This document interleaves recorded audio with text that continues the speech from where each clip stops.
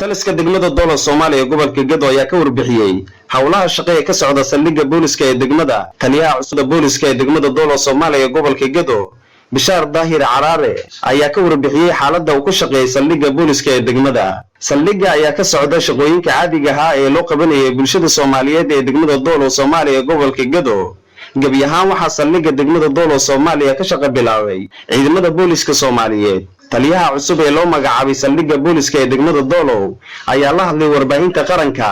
asigoona dawladda Soomaaliya ka codsaday qalabiyadii xafiiska lagu adeegi lahaa bulshada Soomaaliyeed ee degmada Dooloow Soomaaliya gobolka Gedo. Waxaan soo bedelay taariikh 10 waxaan joogaa 2 maalmood waxaan ku shaqeynayaa saldhigga booliiska systemka aan ku shaqeynayna waxa waaye system booliis markii hore ma ahayn booliis maana joogin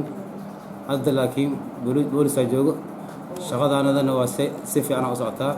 bulshada iyo annaga si fiican wada shaqeynaa si fiican boqolkiiba 90 waa fiican tahay muxuma bulshada muxuma in la soo dhaweeyo la soo jiito bay rabtaa labadii bari aan shaqeynahay indheen iyo nooc walba oo fiiriyo bulshada boqolkiiba boqol aad ay u fiican yihiin ma sha Allah shaqadooda way fiican tahay muxuma tan kale labaad waxaan dawladda federaalka ka codsanaynaa oobiga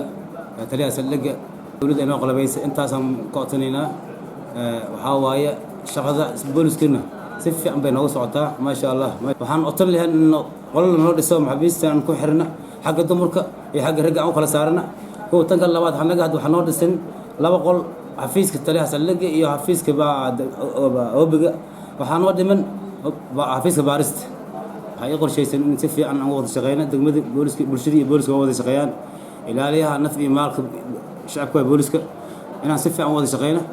shaqadaanada laba jibaar aan wada shaqeyno dowladda federaalka Soomaaliya waxaan u baaqi lahaa in qalabka neer dhaman ay noo dhameystiraan. Cabdinuur Shableeye Xasan Cabdinuur Shikir warbaahinta qaranka degmada Dooloow Soomaaliya gobolka Gedo.